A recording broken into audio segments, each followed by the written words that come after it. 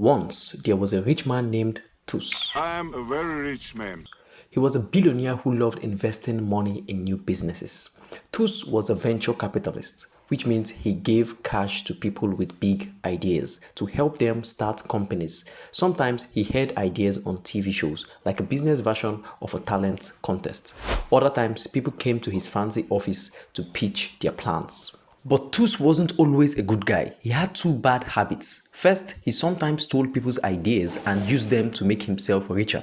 Second, he believed every business deserved a chance, even the shady ones that broke the law. He secretly funded illegal deals like selling fake product or smuggling, as long as they made money. One day, Tus felt bored with his usual investments. He wanted something new and exciting, so he decided to hold a huge event to find fresh business ideas. He spread the word everywhere. Spread the word in Rome as quickly as possible. On the radio, on TV, in newspapers, and all over the internet. Do you have a business idea? His ads asked. It can be legal or a little sneaky. I want to share it all. Come to my event and I'll listen. He said the sneaky part like a joke, but he meant it. He picked an old dusty warehouse on the edge of the city as the location. It was a creepy place with broken windows and rats scurrying in the corners, perfect for keeping things secret. He set a date and waited. When the day came, hundreds of people showed up. The warehouse was packed with all kinds of folks. Young dreamers with bright eyes, nervous inventors clutching blueprints, and shady characters whispering in the shadows. They formed a long line that stretched outside, each person waiting for a chance to talk to Tus. I have an... He sat at a wobbly table inside with two big bodyguards standing behind him. One by one, people shared their ideas. A woman pitched a robot that folded laundry.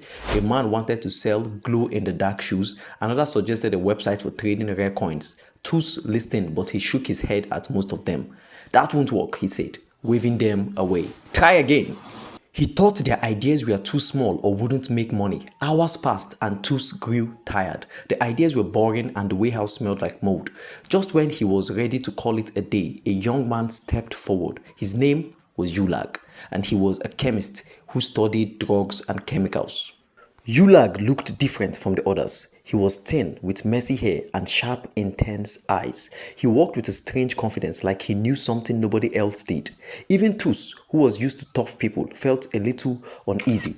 Youlag stood in front of the table and spoke clearly. I have an idea that will change everything. But before I tell you, you have to promise to fund it. Sign a contract now, or I walk away. Tus leaned forward, curious. Nobody had ever spoken to him like that. You want me to bet millions without knowing what it is? That's crazy. Are you crazy? Are you crazy? Youlag didn't blink. It's worth it. You love risk, don't you? This is the biggest one you'll ever take. Tus thought for a moment. He could tell Youlag was hiding something big, probably something illegal. That excited him. He grabbed a pen, signed a contract, promising to invest, and handed it over. Okay, kid, what's the idea? So what's the big idea? Youlag smiled and lowered his voice. It's a drug called Blue Wonder. I've worked on it for 3 years. One tiny dose makes your willpower super strong. You feel unstoppable. No fear, no excuses, just pure focus. You can do anything you set your mind to. Tus raised an eyebrow. A drug that makes you strong-willed? Sounds like magic. Can you prove it? I'll show you, Youlag said. He turned to the bodyguards. Go outside and catch a rat from the garbage. The bodyguards looked confused, but Tus nodded. One of them came back with a dirty, screaming rat. Youlag opened his briefcase and took out a small, shiny crystal that sparkled like a blue gem. That was Blue Wonder. He wrapped the crystal in a piece of cheese and gave it to the rat. The rat ate it quickly. Then Youlag put the rat in a metal cage with a heavy lock on the door. The cage had only one way out, and it looked impossible for a rat to open. For about 15 minutes, the rat acted normal, sniffing the cage and scratching the floor. Then it started to change. Its eyes got brighter and its movements were sharp. Like it had a plan. Youlag pointed at it. Look closely now. The rat stood on its back legs and stared at everyone. Tus, Youlag, the bodyguard, like it was challenging them. Youlag explained the dog has boosted its willpower 1,000 times. This rat isn't used to cages. It wants to be free, and it will do anything to get out. what happened next was wild. The rat did a backflip like a tiny acrobat. Then it made strange noises, copying the sounds of their voices in a squeaky way, almost like it was teasing them. Toss's jaw dropped, but suddenly the rat fell over, completely still, like it was dead. Toss jumped up, angry. What's this? Your drug kills things in less than an hour. You're wasting my time. Youlag looked nervous for the first time. Wait, that's not right. Let me check. He opened the cage and reached in with his right hand, picking up the rat by its tail. In his left hand, he held a small packet of blue wonder crystals. As he lifted the rat to throw it away, the rat sprang to life. It twisted out of his grip, leaped at his left hand and grabbed the packet of blue wonder with his teeth. Before anyone could react, the rat raced out of the cage, jumped onto a bodyguard's face and darted out the warehouse door, disappearing into the shadows. The room was silent, then Youlag laughed. That rat tricked us. It pretended to be dead, so I'd opened the cage and it stole the blue wonder because it felt how powerful the drug made it. It doesn't want to be a normal rat ever again. Toss sat back down, his mind racing. So this drug is that strong and it works on people too? Youlag nodded. It's more than strong, it's addictive. One dose and you'll want it forever, but it's worth it. People will achieve their biggest dream, become rich, famous, anything. That's the first part of my plan. What's the second part? Toss asked. Youlag smiled, turned dark. I've also made a cure for the addiction. After people use blue wonder to get rich, they'll want to live normal lives again. We open a special rehab center, the only place in the world that can cure them. We charge them a ton of money for the treatment, they go broke, then crave blue wonder again to rebuild their lives. We'll sell them the drug, they get rich, get cured, go broke, and the cycle starts over again. We make money every step of the way. Toss grind.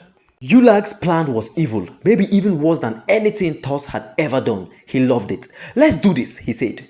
And so, their dangerous business began. They started fast. Toss already knew people who sold illegal drugs like cocaine and pills in secret markets. He told them to add blue wonder to their lists. At first, they sold it cheap, almost like giving it away, so lots of people would try it. The drug spread quickly. People who took it changed overnight. A poor man who lived on the street started a construction company and became a millionaire in a month. A shy woman who dreamed of singing used blue wonder and landed a record deal.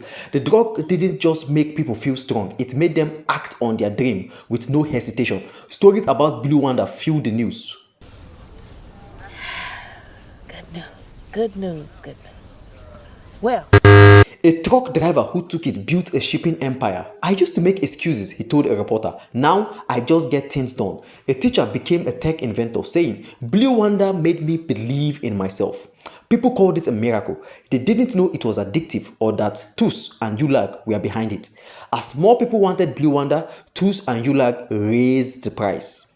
A single pill went from $20 to $20,000, then $40,000, and kept climbing. Each pill's effect lasted only 6 hours, so users needed more every day. Money poured in. For every 100 pills sold, Toos and Youlag made over $4 million. They couldn't count the cash fast enough. They stored it in a secret warehouse with stacks of bills piled up to the ceiling. The world went crazy for blue wonder. Rich people bought it easily, but poor people couldn't afford it. They marched in the streets protesting, holding signs that said, "Make blue wonder free." They argued it wasn't like other drugs that ruined lives. Blue wonder helps people succeed, they shouted. Some even begged the government to pay for it like a subsidy. Politicians didn't know what to do. Blue wonder had created more millionaires than any stock market, but it was also causing chaos. In a hidden lab, Youlag worked alone to make blue wonder. He didn't trust anyone, not even Toos. "If I show you how to make it," he told Toos one day, "you might get rid of me. I'm keeping the recipe a secret." Toos didn't argue, but he had a secret of his own. Youlag had told him how to make the cure for blue wonder. It was a special mix of chemicals that only Toos now knew. They were partners, but they watched each other carefully, like two wolves cycling the same prey. As blue wonder spread, some users started to feel trapped. They built huge businesses or won fame, but the drug's constant pull was exhausting. They wanted to be normal again. Toos and Youlag saw their chance. They opened the Blue Wonder Rehabilitation Center. A shiny building with white walls and soft music. It was their only clean business, and they made sure nobody knew they were linked to Blue Wonder. The center promised to free people from the addiction, but it wasn't cheap. Treatment cost $1 million a day for 30 days. Only the richest people, Blue Wonder's success stories, could pay. They came in droves, handing over their fortunes for a chance at freedom. The plan worked perfectly. People got cured, lost their money, and some went back to Blue Wonder to chase their dreams again. Tus and Youlag watched the cash pile up, laughing at how easy it was. But nothing lasts forever.